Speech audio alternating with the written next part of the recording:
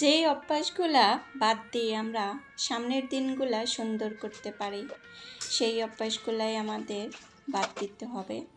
অনেক বদ অভ্যাস আছে আমাদের, অনেক বাড়তি খরচের হিসাব নাই, বাড়তি খরচ করে থাকি। আসসালামু আলাইকুম, কেমন আছো সবাই? এই তো নতুন দিনে নতুন আরও একটা ভিডিও নিয়ে চলে আসলাম। দেখতে থাকো, দেখতে দেখতে যদি ভালো লাগে লাইক দিও, আর যদি ভালো না লাগে তাহলে জোর করে বলবো না যে একটা লাইক করে যাও। কে জানে, দেখতে দেখতে ভালো লেগেও যেতে পারে আমার কথায়, আমার কাজে। আমাদের কিন্তু দুঃখের সময়টা খুব করে মনে থাকে। দুঃখের দিনে কে আসলো, কে গেল, কি করলো, সবটাই মনে থাকে। আর সুখের দিনে কিছুই মনে থাকে না। সুখের দিনগুলা হারিয়ে যায় ওই দুঃখের দিনের নিচে। তা আমরা কখনো দুঃখের দিনগুলা ছাড়া সুখের দিনগুলা মনে করি না যে এই খুশি ছিলাম, এই আনন্দে ছিলাম। আর দুঃখ কষ্টর দিনগুলা আমাদের খুব করে মনে পড়ে যে এত কষ্ট করে আমরা এত দূর এসেছি। এখন আমরা যদি এই দুঃখের দিনগুলাও যদি আমরা ঘাড় ঘেঁষতে না দেই, সামনে আমরা অনেক হিসাব করে চলি, যেহেতু আমাদের সামনের দিনগুলো আমাদের হিসাব করেই চলতে হয়। আর একটা পরিবারে হিসাব করে না চললে কিন্তু সেই পরিবারে কখনো সফলতা আসে না। আর এই সফলতা পেতে হলে আমাদের হিসাব করেই দিন নিতে হবে। সবাই স্বামী স্ত্রী মিলে হিসাব করে, বুঝ পরামর্শ করে তারপরে আমরা সংসারটা পরিচালনা করব।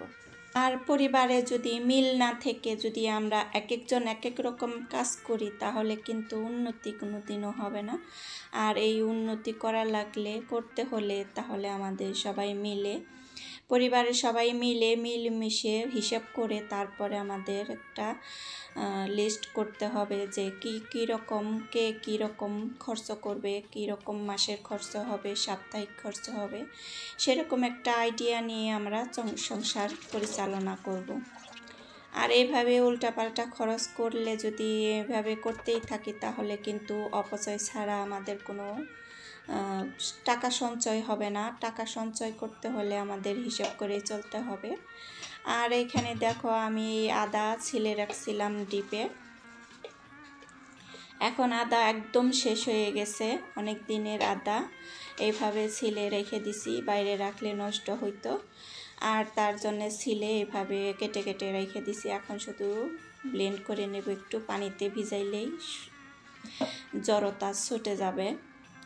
আর এভাবে খাওয়াটা একদম ঠিক না, ডিপে রেখে ফ্রোজেন করা যে কোনো জিনিসই খাওয়া ঠিক না। তারপরেও আমাদের খেতে হয়, কোনো উপায় নাই, কাজ করার মতো লোক নাই, যখন যাকে পাই তাকে দিয়ে কাজ করিয়ে রাখি, তার জন্যে এই ব্যবস্থা। আজকে আমি এই তো লাউ রান্না করব একটু মুরগির মাংস দিয়ে, অনেক দিন ধরেই খাওয়ার ইচ্ছা ছিল। এখন এই তো দেখিয়ে দিতেছি তোমাদেরও। খুব সুন্দর, লাউটাও অনেক কষি, অনেক মজা ছিল। খাওয়ার পরেই আমি ভয়েস দিতেছি। এই তো আমাদের তো অনেক কিছুই কেনাকাটা করতে হয়। আমি যে লাউর চারা বুনে দিছি সেইটা কিন্তু হইতেছিল না। এখন তার ভরসায় তো আর থাকতে পারি না, সেজন্যে কিনে আনার লাগলো। কিনে এনেই খাবো। আর আমার গাছের আশা করা যায় না, করতেও পারি না, ফল দিবে কিনা জানি না। এখন এই তো মুরগির মতো করে আমি পিস পিস করে কেটে নিতেছি, ছোট ছোট করে। একদম গলে গেছিল, খুব সুন্দর, খুব মজা লাগছে। আর বাকিটুকু ছিল যে বাকি অর্ধেকটা, ওইটা আমি কেটে আমি আবার ডিপেই রেখে দেব। এখন এই তো বাইরে রাখলে অনেকটা নষ্ট হয়, অনেকটা ফেলে দেওয়া লাগে, এই জন্যে কেটেই রেখে দেব ফ্রিজে, ডিপে। পরবর্তী যখন লাগবে তখন রান্না করব।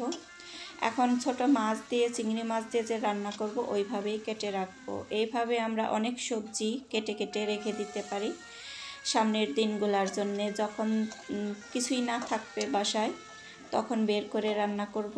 আর অনেকটা কাজও এগিয়ে থাকে, ফ্রিজে থাকা কেটে রাখা সবজি রান্না করতে সময় লাগে না, ঝটপট রান্না হয়ে যায়। আমাদের কাজের তো অনেক হেল্পের দরকার, অনেক তাড়াতাড়ি দরকার, যাদের ছোট ছোট বাচ্চা আছে তারা এরকম কাজ করতে পারো যে সপ্তাহে একদিন বাজার করে নানান রকমের বাজার করে তারপরে কেটে ডিপে রেখে দেওয়া।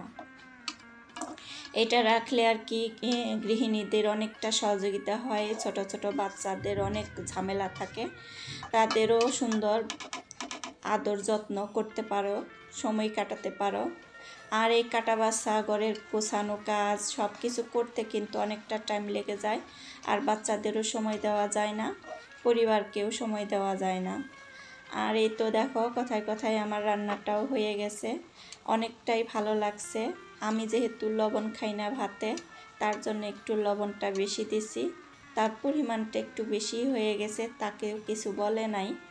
আমি ভাতে খাই না, এই জন্যে ভাতে আমাকে নিষেধ করছে, প্রেশার বাড়তি হয়েছিল, এজন্যে ডাক্তার বলছিল যে লবণ টোটাল খাওয়া নিষেধ, আমি লবণ ছাড়া ভাত খাইতেই পারি না। এটা একটা বদ অভ্যাস। এই তো আমি এখানে ডাটা আলু কেটে নিছি, ছোটো মাছ দিয়ে রান্না করব, মলা মাছ দিয়ে। ডাটাও কিন্তু অনেক মজা ছিল।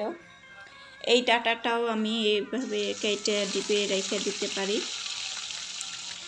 আমি যদি একসাথে কাটিয়ে রাখি কাউকে দিয়ে, তাহলে কিন্তু অনেকটা সহযোগিতা হয়, অনেকটা ভালো হয়। আর এই ডাটাটা কাটতেও অনেকটা সময় লাগে, সময়ের ব্যাপার। কোন কোন সবজি বেশি সময় লাগে সেই সবজিগুলা কাউকে ডেকে এনে যদি কেটে কুটে এভাবে রেখে দিতে পারি, তাহলে আমাদের হাতের কাজ অনেকটা সহজ হয়ে যায়। এই তো রান্না করতে করতে আমার এই ভিডিওটা, আমি আর কোনো ভিডিও করি নাই, করতে ভালো লাগলো না। বিকেলবেলা আমার একটুও ভালো লাগে নাই ভিডিও করতে, তার জন্যে আর আমি ভিডিও অন করি নাই। সবার ভিডিও দেখছি বসে বসে, আর শুয়েছিলাম। আজকে নামাজটাও তেমন একটা পড়তে পারি নাই, বিকেলবেলা খুবই খারাপ লাগছিল, উঠতে পারি নাই। এজন্যে এখনও যে আমি বসে বসে ভয়েস দিতেছি, আমার মাথাটা ব্যথা করতেছে, তারপরেও কষ্ট করে আমি ভয়েসটা দিতেছি। সবাই একটু সাপোর্ট করো প্লিজ।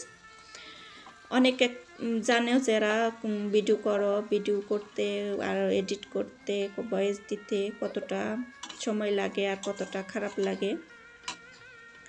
এক এক সময় মনে হয় যে ছেড়ে দেব, সব কিছু ছেড়ে টেড়ে দিয়ে চুপচাপ শুয়ে থাকবো।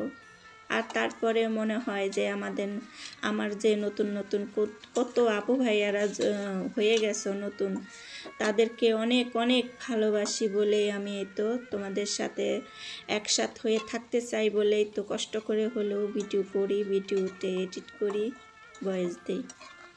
সবার ছোট ছোট কমেন্টগুলো খুবই সুন্দর, খুবই ভালো লাগে আমার কমেন্টগুলো পড়তে।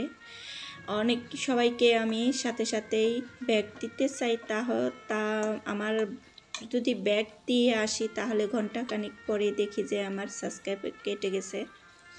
এরকম করলে হয় কি সাথে সাথে যাওয়া যায় না। আর কেন কাটে তাও বুঝতেছি না, আমরা নিজেরাই বলতে পারবো যে কেন কাটে। আমি কাউকে কেটে দেই না, আমি কখনো কোনো সাবস্ক্রাইব করে কেটে দেই নাই। আর আমার সাথে বারে বারে একই রকমের কাণ্ড হইতেছে। এই তো দেখো রান্নাটা হয়ে গেল, এখন আমি টেবিলে নিয়ে যাব, সবাই খাবে। আজকে এই পর্যন্তই ছিল। আমার বকবগানি কেমন লাগলো বলাই, সবাই বলো একটু প্লিজ। এই তো 2টা সবজি রান্না করছি আজকে। এই পর্যন্তই, ভালো থাকো সবাই, আসসালামু আলাইকুম।